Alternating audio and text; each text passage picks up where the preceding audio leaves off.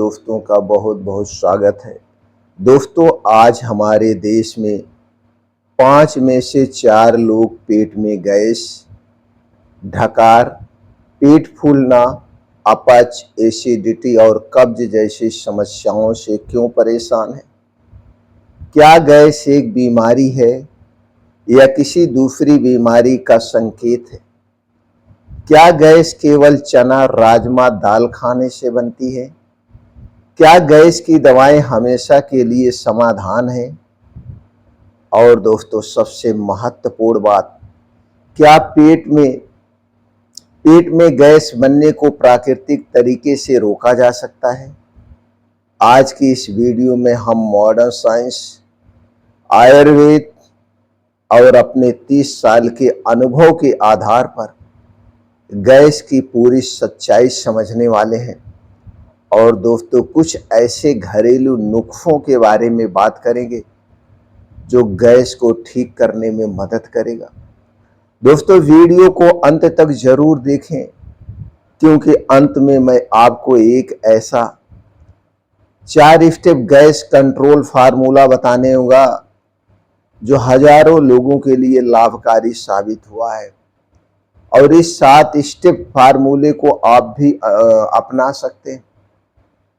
तो इस वीडियो को सुनने के बाद अपने घर परिवार, यार दोस्तों के साथ जरूर शेयर करिए। जानकारी हेल्पफुल लगे तो दोस्तों वीडियो को लाइक करना मत भूलिए। तो सबसे पहले हम बात कर लेते हैं, आखिर गैस क्या है? गैस क्या है? अगर हम गैस की बात करें तो दोस्तों, पेट में गैस बनना पूरी तरह से सामान्य प्रक्रिया है। पेट में गैस बनना एक सामान्य प्रक्रिया है। हर इंसान के पेट में गैस बनती है। जब हम भोजन खाते हैं तो जो भोजन पाचन के दौरान कुछ गैसें बनती हैं, यानी भोजन के पाचन के दौरान कुछ गैसें बनना, यह नेचर का स्वभाव है। जैसे कार्बन डाइऑक्साइड, हाइड्रोजन और मीथेन जैसे 3 गैसें बनना स्वाभाविक है जब हम भोजन करते हैं और भोजन पचता है। दोस्तों, सामान्य व्यक्ति दिन भर में 10 से 12 बार गैस पास करता है। यदि गैस आसानी से बाहर निकल जाए तो कोई समस्या नहीं है। समस्या तब शुरू होती है जब गैस ज्यादा बनने लगे, बाहर ना निकल पाए, तब समस्या होगी। पेट में दर्द होगा, उल्टी ढकारें आएंगी, मतली होगा, यानी तरह तरह की चीजें तब आपको होगी। अब गैस बनने का असली कारण क्या है? अगर हम दोस्तों गैस बनने के असली कारण की बात करें तो ये कारण नहीं है। एक कारण नहीं, इसके कई कारण हैं, यानी कुल 5 से 6 कारण हैं। चलिए उन कारणों को जानना बहुत जरूरी है। तो दोस्तों, उनमें से पहला कारण है अधूरा पाचन। जब भोजन पूरी तरह से नहीं पचता है तो वह बड़ी आंत में पहुंच जाता है और वहां मौजूद बैक्टीरिया उस भोजन को फॉर्मेट करते हैं। इस प्रक्रिया में गैस बनती है। जैसे यदि आपने 4 रोटी खा ली जबकि आपकी पाचन क्षमता केवल 2 रोटी की है, लेकिन आपने पाचन क्षमता से ज्यादा यानी दुगुना 4 रोटी आपने खा ली, तो बचा हुआ भोजन गैस बनाना शुरू कर देगा। तो पहला कारण क्या है? अधूरा पाचन। दूसरा कारण है बहुत जल्दी जल्दी खाना। जो लोग 5 मिनट में खाना खत्म कर देते हैं, वह खाते समय यानी वो खाने के साथ बहुत सारी हवा भी निकल जाते हैं। यह हवा बाद में गैस और ढकार का कारण बनती है। आप कभी ट्राई करिए, आप एक दिन बहुत जल्दी जल्दी खाना खा लीजिए, आप देखेंगे कुछ देर बाद ढकार आएगी, क्योंकि स्वाभाविक रूप से हमारे खाने के साथ हवा चली जाती है। और दूसरे दिन ट्राई करना, हर एक चीज को खुद ट्राई करना चाहिए। और दूसरे दिन ट्राई करना, खाना बैठ के आराम से चबा चबा करके मुंह बंद करके खाना, तो आप उस दिन देखेंगे आपको ढकार नहीं आएगी। कारण नंबर 3, कब्ज। कब्ज गैस का सबसे बड़ा कारण है। जब मल लंबे समय तक आंतों में रुका रहता है तो सड़न और कुइड़न बनता है। इससे गैस बहुत ज्यादा बनने लगती है और बदबूदार हवा पास होती है। अगर यही हवा पास ना हो तो पेट के निचले हिस्से में दर्द होने लगता है। कारण नंबर 4। कारण नंबर 4 की बात करें तो आंतों के अच्छे बैक्टीरिया की कमी। हमारी आंतों में खरबों बैक्टीरिया रहते हैं। इन्हें गट माइक्रोबायोम कहते हैं। जब अच्छे बैक्टीरिया कम हो जाते हैं तो पाचन बिगड़ जाता है। तो इसका परिणाम क्या होता है? गैस, पेट फूलना, कब्ज और एसिडिटी। कारण नंबर 5, तनाव और चिंता। मॉडर्न साइंस दोस्तों बताती है दिमाग और आंत का सीधा संबंध होता है। इसे गट ब्रेन एक्सिस कहते हैं। तनाव बढ़ते ही पाचन धीमा हो जाता है और गैस बनने लगती है। और ये कड़वा सत्य है। आप देखेंगे जब आप दोस्तों तनाव में होते हैं, चिंता में होते हैं, डिप्रेशन में होते हैं तो आपकी भूख प्यास सब खत्म हो जाती है। जो कुछ आपने खाया वो सही तरीके से डाइजेस्ट नहीं हो पाता है। तो दोस्तों आपने देखा ये 5 कारण है। और छठवां जो सबसे बड़ा कारण है वो है देर रात हैवी खाना। देर रात अगर आप खाना खाते हैं यानी सूरज डूबने के बाद भर पेट खाना खाते हैं, हैवी खाना खाते हैं तो वह खाना दोस्तों पचता नहीं है और यह हर तरह की समस्या का कारण बनता है। और आज के समय में 90% घरों में रात के समय में ही सारी चीज़ें बनती है। कोई मीट मछली खा रहा है, कोई पनीर खा रहा है, कोई राजमा छोले खा रहा है, कोई दाल चावल रोटी सब्जी पूड़ी सब कुछ रात में ही खाया जा रहा है। क्यों? क्योंकि लोग सुबह सुबह भागते हैं अपने काम पे, ड्यूटी पे, और शाम को आते हैं तो घर वाले सोचते हैं शाम को ही तो ये घर पे रहते हैं, उस समय सारी चीज़ें एक साथ ही बनती है। ये है। और 7वां कारण है आज के समय में पैकेट बंद चीज़ें, चाहे जो भी चीज़ें हैं, प्रोसेस्ड की गई चीज़ें, चीनी मैदा रिफाइन से बनी हुई चीज़ें, junk food fast food cold drink, ये सारी चीज़ें क्या करती हैं? ये सारी चीज़ें हमारे पाचन को धीमा करते हैं। ये हमारे शरीर के वात पित्त कफ को डिस्टर्ब करते हैं। तो दोस्तों ये 7 सबसे बड़ा कारण है गैस बनने का। और वैसे छोटे मोटे कुछ और कारण देखा जाए जैसे निष्क्रिय शरीर, जल्दी जल्दी खाना खाना, ये तमाम छोटे छोटे कारण हैं, लेकिन ये 7 सबसे बड़े कारण हैं। अब आपको चेक करना होगा आपके डेली रूटीन में कितनी गलतियां आप करते हैं। क्या ये 7 गलतियां करते हैं? अगर आप करते हैं तो गैस के शिकार होंगे। इसमें कोई दवा ठीक से काम नहीं करेंगी, एक एक कारण आपको हटाना पड़ेगा। अब हम दोस्तों थोड़ा सा आगे चलते हैं, किन किन चीज़ों से सबसे ज़्यादा गैस बनती है। अब हम इस मुख्य बात पे बात करते हैं दोस्तों।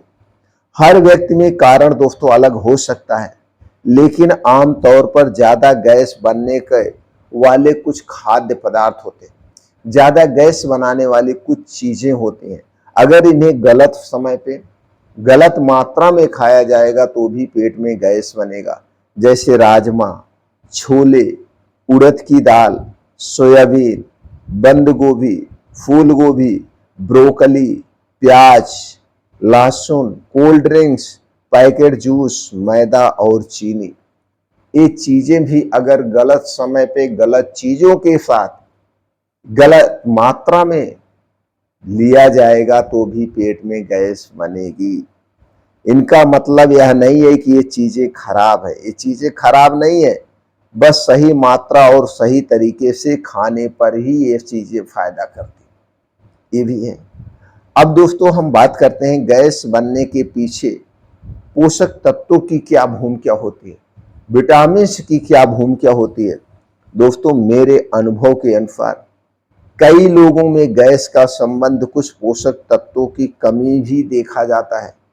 उन तत्वों की बात करें जैसे कुछ लोगों में मैग्नीशियम की कमी। मैग्नीशियम की कमी होने पर कब्ज, पेट फूलना, गैस जैसी समस्याएं हो सकती है। इसके स्रोत क्या है? मैग्नीशियम किन चीजों में सबसे ज्यादा पाया जाता है? अगर हम मैग्नीशियम पाए जाने वाली चीजों की बात करें, इसके स्रोत की बात करें, तो कद्दू के बीज, बादाम, मूंगफली, हरी सब्जियां, इन 4 चीजों में सबसे ज्यादा मैग्नीशियम पाया जाता है। इन चीजों को में से कोई ना कोई एक चीज अपने डेली रूटीन में जरूर शामिल करिए। अगले विटामिन की बात करें तो वो है फाइबर। फाइबर कम होने पर कब्ज बढ़ती है और कब्ज से गैस बढ़ती है। तो आपके डेली रूटीन में भरपूर मात्रा में फाइबर वाली चीजें होनी चाहिए। कुछ और कमियां हैं, जैसे पानी की कमी। अगर आप कम पानी पीते हैं तो गैस कब्ज दोनों ज्यादा बनेगी। इसलिए हमें अपने शारीरिक क्षमता के अनुसार पर्याप्त मात्रा में पानी पीना चाहिए। अब दोस्तों ये सब चीजें आपने समझा। अब हम समझते हैं आयुर्वेद गैस के बारे में क्या कहता है। दोस्तों आयुर्वेद में गैस को मुख्य रूप से वात दोष की वृद्धि माना गया है। यानी आयुर्वेद कहता है कि अगर आपके शरीर का वात दोष बढ़ा है तो आपको गैस बनेगी। तो वात दोष को बढ़ाने वाली कौन सी चीजें हैं, इसे जानना बहुत जरूरी है। जैसे दोस्तों आप लोग जानते हैं हमारे शरीर में 3 दोष पाया जाता है, वात दोष, पित्त दोष और कफ दोष। शरीर का जब ये 3 दोष डिस्टर्ब होता है तभी शरीर में समस्याएं उत्पन्न होती हैं। तो वात दोष को बढ़ाने वाले चीजों की बात करें तो सबसे पहले वो चीज है देर रात हैवी खाना खाना। ये पहला कारण है। दूसरा कारण है देर रात हैवी खाना खाना और दूसरा कारण है देर रात तक जागना, यानी देर रात सोना, सूखा भोजन, अधिक उपवास, तनाव और कब्ज।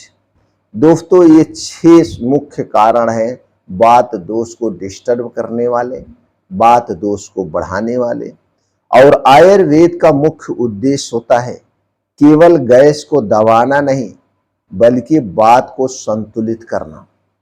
अब ये गैस के लिए जो आप एलोपैथिक दवाएं लेते हैं, ये एलोपैथिक दवाएं कैसे काम करती है ये भी जानना बहुत जरूरी है।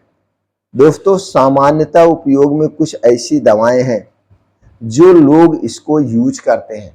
उनमें से एंटासिड सिरप हो गया, साइमेथिकोन हो गया और प्रोटोन पंप इनहिबिटर यानी पीपीआई ग्रुप की दवाएं। और सबसे ज्यादा जो यूज की जाती है गैस के लिए वो है पीपीआई ग्रुप की दवा।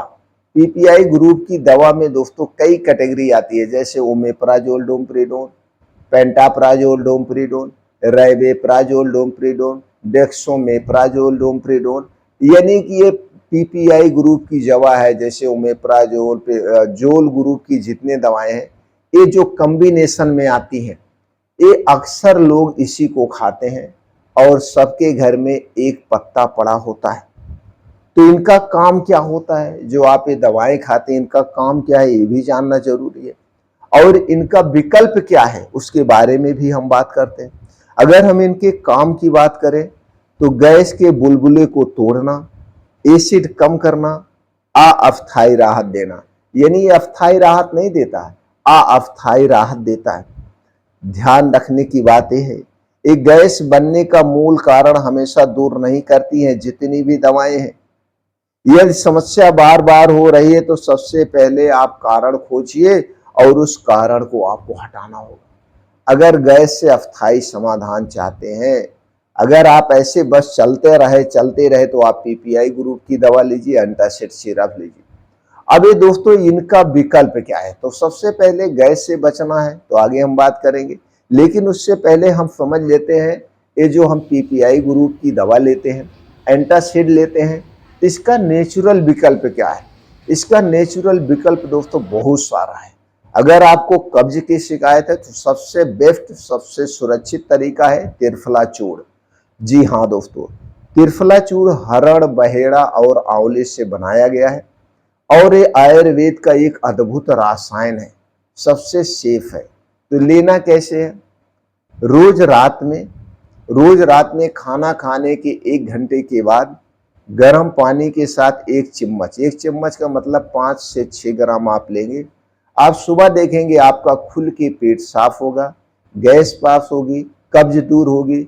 आपका दोस्तों ये त्रिफला चूर्ण का बहुत ही बढ़िया काम है, यानी वात पित्त कफ तीनों को बैलेंस करता है और इसका कोई साइड इफेक्ट नहीं है। त्रिफला चूर्ण का प्रयोग कई तरीके से किया जाता है, एक तरीका नहीं, इसका कई तरीका है। तो त्रिफला चूर्ण के बारे में डिटेल में आपको जानना है तो आप कमेंट सेक्शन के माध्यम से बताइए। सिर्फ त्रिफला चूर्ण पे हम एक डिटेल में वीडियो बनाएंगे, जिससे आप दोस्तों कई तरीके से कई जगह पे प्रयोग कर सकते हैं। तो कब्ज गैस के लिए त्रिफला चूर्ण बेस्ट है। अगर आपको सिर्फ गैस बन रही है, तो सुबह उठने के बाद आपके पेट में एसिड ज़्यादा बनता है, तो दोस्तों सबसे पहले एक अच्छी सी आदत अपना लीजिए। तो सुबह उठने के बाद बासी मुंह 1 गिलास गुनगुना पानी पीजिए, चाहे गर्मी हो, ठंडी हो, बारिश हो, कुछ भी सीजन हो, 1 गिलास गुनगुना पानी पीजिए। उसके बाद मॉर्निंग वॉक करिए। जब मॉर्निंग वॉक करके घर वापस आएंगे तो दोस्तों जीरे का पानी कभी पी लीजिए, कभी अदरक का पानी पी लीजिए, कभी धनिए का पानी पी लीजिए। और ये पानी बनाना बहुत आसान है। कभी सौंफ का पानी पी लीजिए। तो सौंफ का पानी कैसे आप बनाएंगे? 1 चम्मच सौंफ लीजिए, 1 गिलास पानी में रात को भिगो दीजिए और सुबह इस पानी को उबाल करके या ऐसे गुनगुना करके पी लीजिए और सौंफ चबा चबा के खा लीजिए। लेकिन ये जो मार्केट में हरी सौंफ मिलती है, इसमें दोस्तों आर्टिफिशियल ग्रीन कलर मिलाया जाता है जो नुकसानदेह है। आपको देसी सौंफ किसान के घर से लेना है, इस सौंफ को नहीं लेना है। धनिया का पानी भी इसी तरह से बना सकते हैं, जीरा का पानी इसी तरह से बना सकते हैं। और ये जो आपकी पीपीआई ग्रुप की दवा है उसके बराबर काम करेगी और अस्थायी काम करेगी। इसका कोई साइड इफेक्ट नहीं है दोस्तों, इसका कोई साइड इफेक्ट नहीं है। नहीं तो मार्केट में बहुत सारे चूर्ण मिलते हैं, जैसे अभिपत्तिकर चूर्ण मिलता है, इसी तरह से कई सारी दवाएं हैं, सूत फेखर रस मिलता है। लेकिन इन दवाओं का प्रयोग आप डॉक्टर की निगरानी में करेंगे। तो ये दोस्तों विकल्प है, लेकिन हमें सबसे पहले गैस बनने के कारण को हटाना है कि हमें गैस बने ही ना। अब दोस्तों चलिए हम जानते हैं गैस रोकने का 7 स्टेप फार्मूला। तो पहला स्टेप है दोस्तों, भोजन को धीरे धीरे खाएं। भोजन को धीरे धीरे खाएं और बैठ के खाएं। हर एक निवाले को 25 से 30 बार चबा चबा के खाएं। जल्दबाजी में हमें नहीं खाना चाहिए। दूसरा स्टेप, खाने और सोने के बीच कम से कम 3 से 4 घंटे का डिफरेंट हो। इसीलिए हम हर एक वीडियो में कहते हैं हमारा रात का भोजन सूरज डूबने से 1 घंटे पहले हो जाना चाहिए और हमें दोस्तों उसके बाद रात 9 से 10 बजे तक सोने जाना है। तीसरे स्टेप में हमें करना है कम से कम रोज 40 से 45 मिनट का नंगे पांव मॉर्निंग वॉक बहुत जरूरी है। तो ऐसे स्थान पे जाइए जहाँ मिट्टी हो, हरी घास हो, वहाँ पे नंगे पांव तेज गति से मॉर्निंग वॉक करिए। और यह समय तब होना चाहिए जब सूरज निकल चुका हो। ऊपर से सूरज की रोशनी पड़ेगी, नीचे आप धरती से जुड़े हैं तो आपका शरीर न्यूट्रल होगा, ऊपर से सूरज की रोशनी पड़ेगी तो आपका शरीर चार्ज होगा। तो रोज 1 घंटे मिट्टी से जुड़ करके सूरज की रोशनी में हमें मॉर्निंग वॉक करना चाहिए। और चौथे स्टेप में दोस्तों, कब्ज बिल्कुल ना होने दें।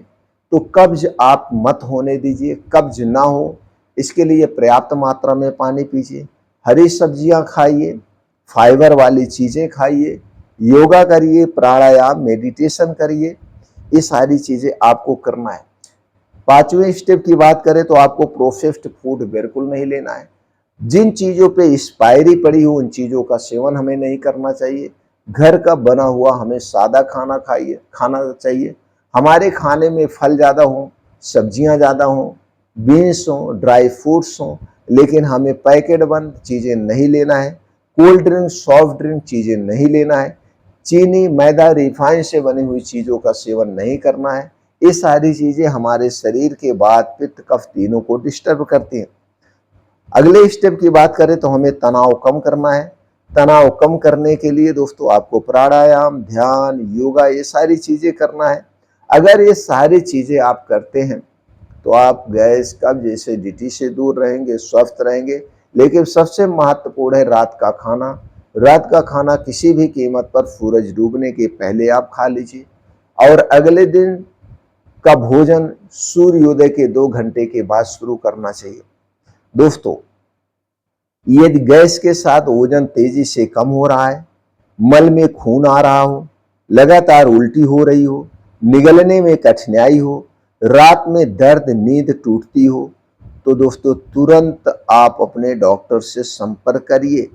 यह केवल साधारण गैस नहीं हो सकती है, ये शरीर में कुछ डिस्टर्बेंस हो सकते हैं, कुछ समस्याएं हो सकती हैं, उनका संकेत है।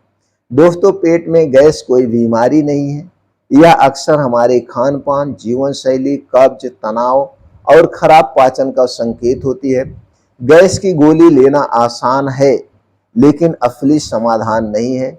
समाधान है सही भोजन, सही मात्रा, सही समय, अच्छी नींद, नियमित प्राणायाम और तनाव नियंत्रण।